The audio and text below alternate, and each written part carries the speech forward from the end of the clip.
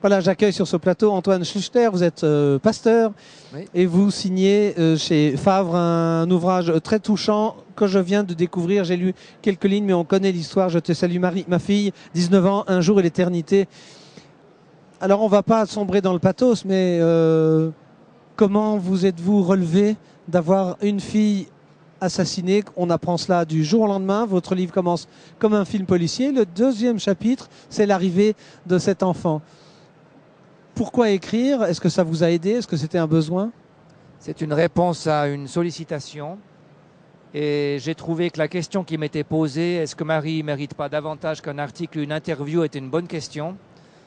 Ça m'a un peu remué intérieurement et après un temps de réflexion, je me suis dit que faire découvrir cet enfant d'une autre manière et la façon dont on a pu réagir et se relever, comme vous le disiez, pouvait être une contribution.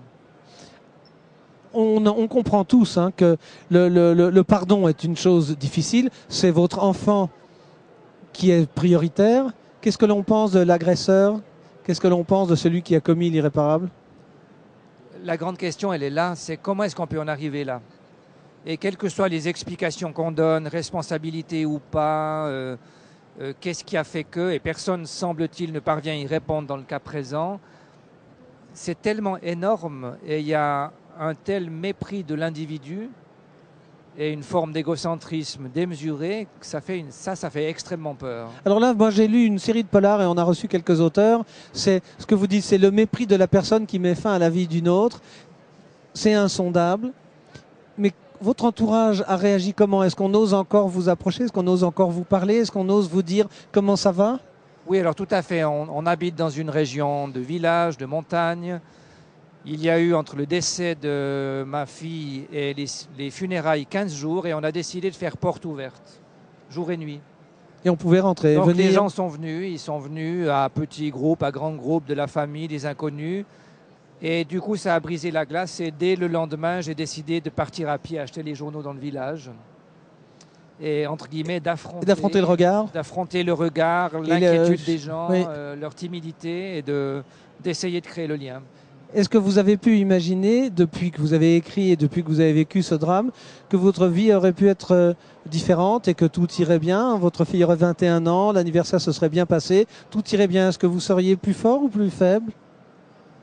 Je trouve toujours très délicat de dire ce qu'on aurait fait si on n'avait pas fait ce qu'on a fait. Sans être uchronique. Et Oui. ni ce livre, ni sans ce livre, comment est-ce que je serais, ni avec ma fille, si ce n'est qu'elle était en train de prendre son envol et que ça faisait plaisir de la voir se stabiliser, trouver ses repères et avoir l'avenir devant elle.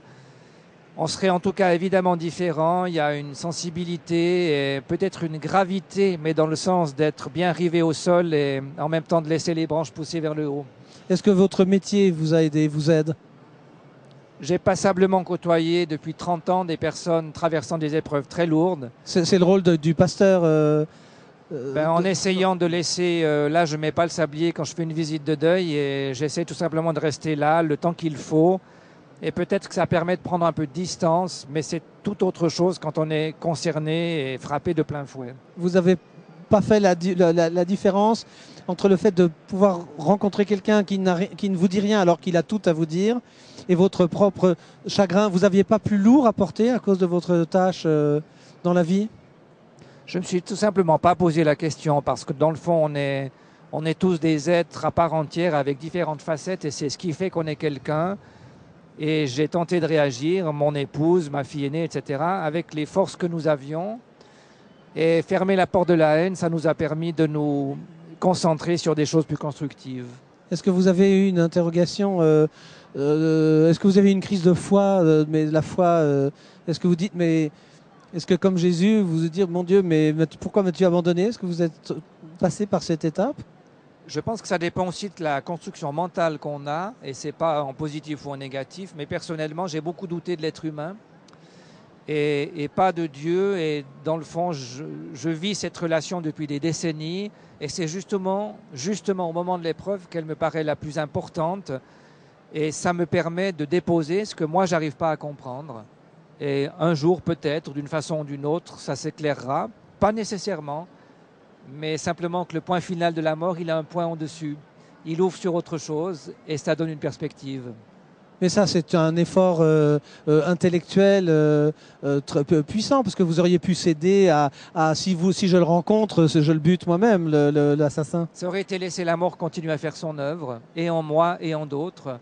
Et pour moi, c'est l'inverse qu'il faut essayer de faire. C'est aussi une façon de rendre hommage à ma fille disparue. C'est pas intellectuel, c'est inscrit dans les tripes, dans le cœur, tout ce que vous voulez. Ça vient du fond. Et quand on vous interviewe là au milieu des gens qui vous écoutent en disant tiens, il y a du drame, est-ce que vous avez l'impression que nous, parce que je m'inclus dans le processus, on rend hommage à votre fille, elle vit à travers notre propos? Elle vit ailleurs et autrement, mais nous vivons aussi à travers la présence, l'empathie, l'intérêt, les barrières qui tombent dans les échanges. Et ça ouvre là aussi des horizons inattendus qui sont positifs et constructifs. On a l'impression qu'on fait non pas notre devoir, mais qu'on fait notre devoir d'homme. On me présente à vous hier. Quand je vous rappelle, vous dites, bon, voilà un chemin de plus, un jalon de plus. Oui, exactement. Et je pense que ça fait partie de ces processus de vie qu'il faut essayer d'accueillir dans la mesure où on en a la force. Et puis je pense qu'on a tous nos façons de réagir. La mienne, elle va dans cette direction. Et j'essaie aussi de puiser ma force chez les autres. Merci beaucoup, Antoine Schlürter. Je vais vous découvrir. Votre livre sera sans doute au catalogue, ou en tout cas sur le site, parce que c'est un témoignage bouleversant. Je te salue, Marie, ma fille, 19 ans, un jour et l'éternité chez Favre. Et on remercie Lydiane Qualia et Sophie Rossier de nous avoir mis en contact. Merci beaucoup. Merci. Et puis, bon courage pour la suite. Bonne continuation.